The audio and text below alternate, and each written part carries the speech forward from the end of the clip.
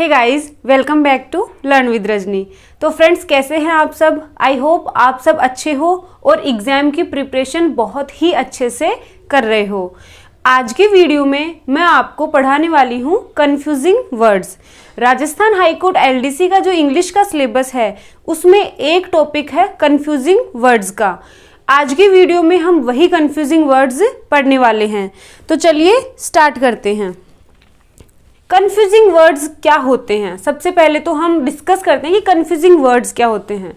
Confusing words ऐसे होते हैं जो बोलने में और दिखने में एक जैसे लगते हैं लेकिन उनका मीनिंग एकदम डिफरेंट होता है। ओके, कंफ्यूजिंग वर्ड्स जो हैं वो बोलने में उनका प्रोनाउंसिएशन जो है वो या फिर दिखने में उनकी स्पेलिंग कुछ कुछ सिमिलर लगती हैं लेकिन उनका जो मीनिंग है वो डिफरेंट होती है, उनका मीनिंग अलग होता है।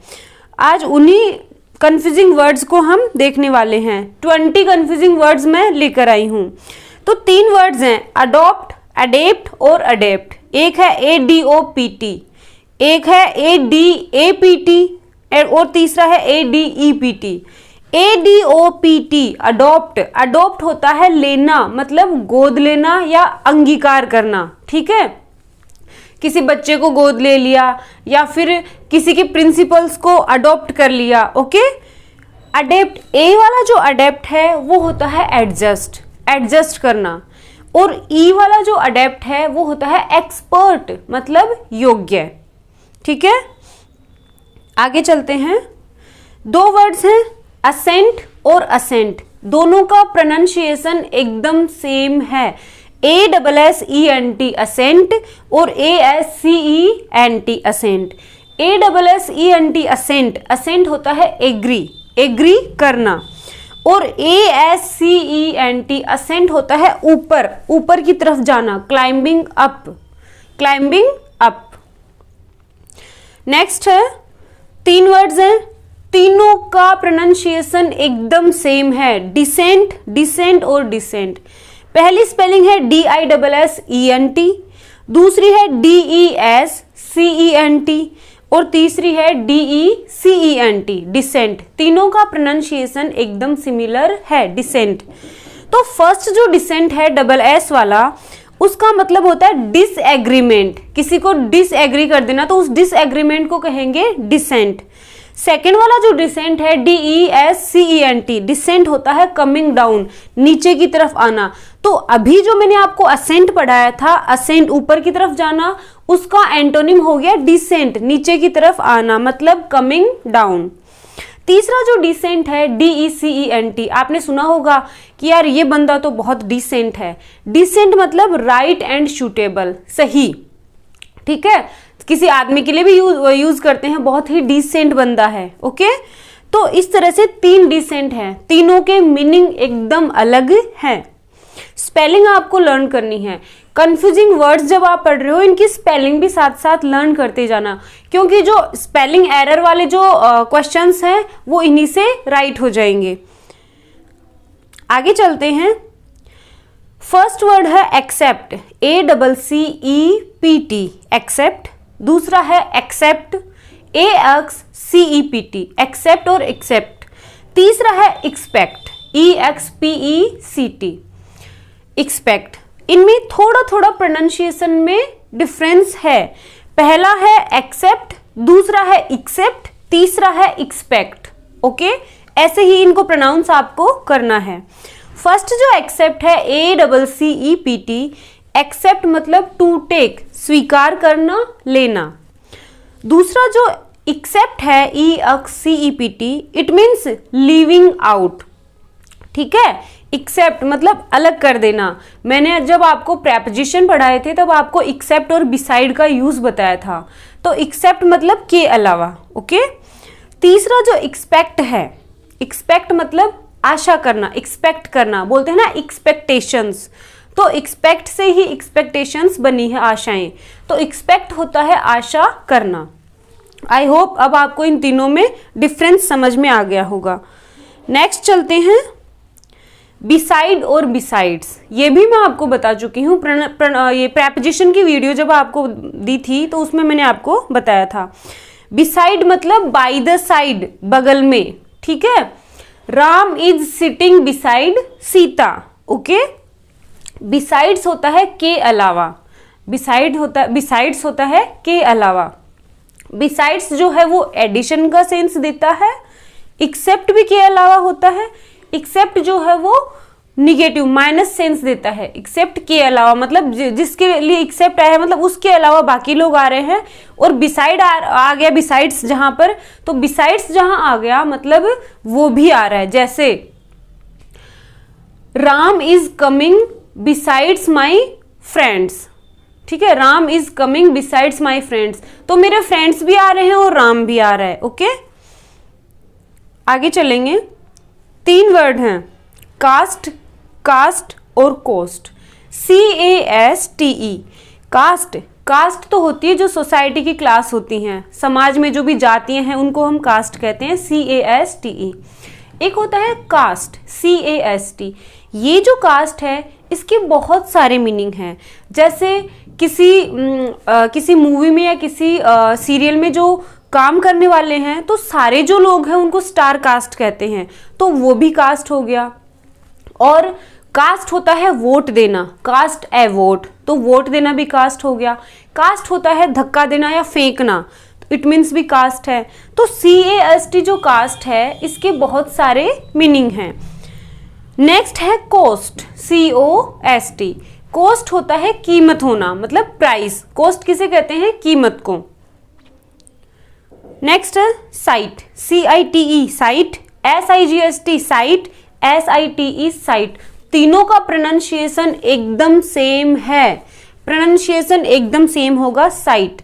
CITE साइट होगा टू कोट, मतलब कहना, अपनी बात बोलना या कोई कोटेशन लिखना। SIGST साइट, साइट होगा कोई भी सीनरी है, ठीक है, कोई भी दृश्य, उसको कहेंगे SIGST साइट। या फिर विजन को भी हम साइट कहेंगे, जैसे आप बोलते हो आई साइट, ओके। तो साइट मीन्स सीनरी भी होती है और विजन भी होता है, दृश्य और विजन दोनों होते हैं। SITE साइट, आपने सुना होगा कई बिजनेसमैन होते हैं या फिर कोई कॉन्ट्रैक्टर्स होते हैं तो उनके पास कॉल आता है, कहाँ हो? साइट पे हूँ। साइट मतलब उन प्लेस, SITE साइट, साइट होती है जगह है, प्लेस, तो साइट SITE साइट कहेंगे जगह को। नेक्स्ट है, एक तो है कैरियर, एक है कैरियर, थोड़ा सा डिफरेंस है इनके प्रोनाउंसिएशन में। CAREER, इसको हम कहेंगे करियर, और CARRIOR, इसको कहेंगे कैरियर। कैरी यानी ले जाना, तो कैरी से कैरियर बना है। CAREER करियर, करियर आप सबको पता है, वोकेशन या प्रोफेशन, ठीक है, उसको हम करियर कहते हैं। कैरियर किसे कहेंगे? कैरियर होता है दैट वन कैरीज, जो कैरी करता है उस आदमी को कैरियर कहते हैं। जो कैरी करता है, जो ले जाता है, उसको क्या कहेंगे? कैरियर। नेक्स्ट है, 3 वर्ड्स हैं, वेकेशन, वोकेशन और अवोकेशन। ध्यान से समझिए। वेकेशन आप सबको पता है, वेकेशन मतलब हॉलीडेज, छुट्टियां। वोकेशन होता है प्रोफेशन, सबका अलग अलग प्रोफेशन होता है, तो प्रोफेशन का सिमिलर ही वोकेशन है। तीसरा है एवोकेशन, एवोकेशन होता है हॉबी, हमारी जो हॉबी है उसको हम कह सकते हैं एवोकेशन। नेक्स्ट है, 2 वर्ड्स है, वायोलेंस और वायोलेशन। वायोलेंस होती है फोर्स, हिंसा, और वायोलेशन होता है उल्लंघन, जैसे लॉ का उल्लंघन कर दिया, ठीक है, वायोलेशन ऑफ लॉ। तो वायोलेंस होती है हिंसा, फोर्स, और वायोलेशन होता है इन्फ्रिंगमेंट ऑफ लॉ, लॉ का उल्लंघन कर देना।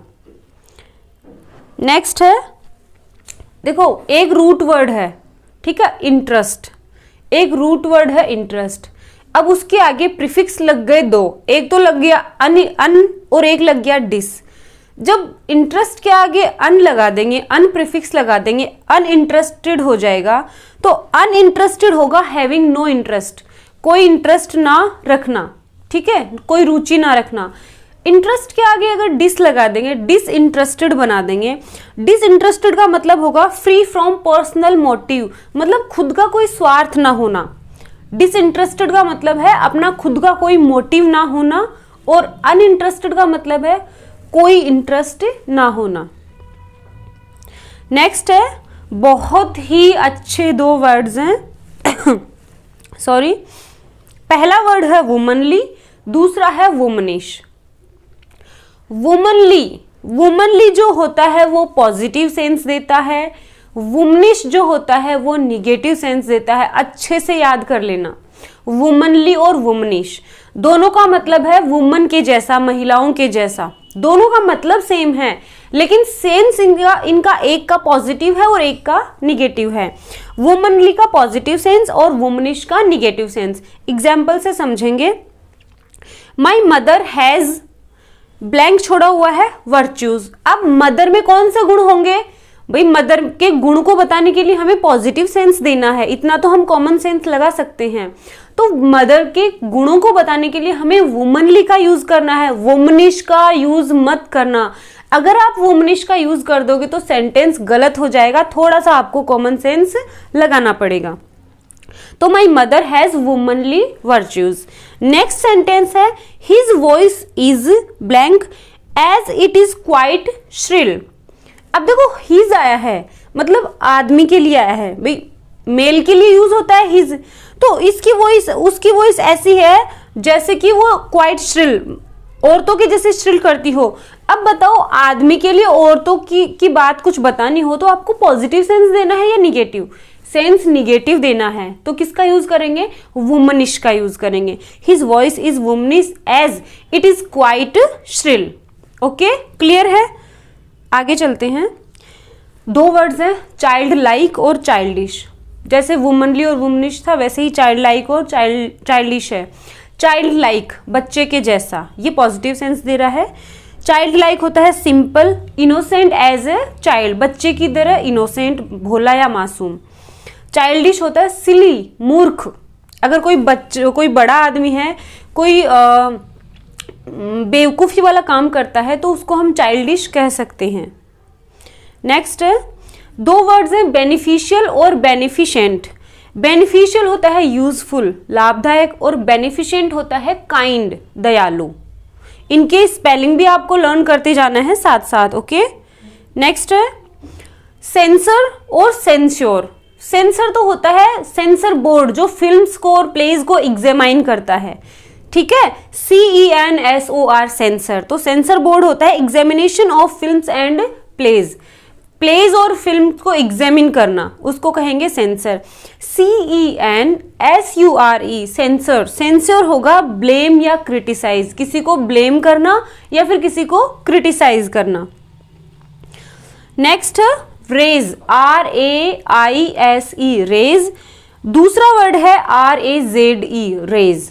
पहला जो रेज है RAISE रेज होता है इंक्रीज, ऊंचा उठना, ऊपर उठना, बढ़ना। दूसरा जो रेज है RAZE it means wipe out, तहश नहश कर देना, बर्बाद कर देना।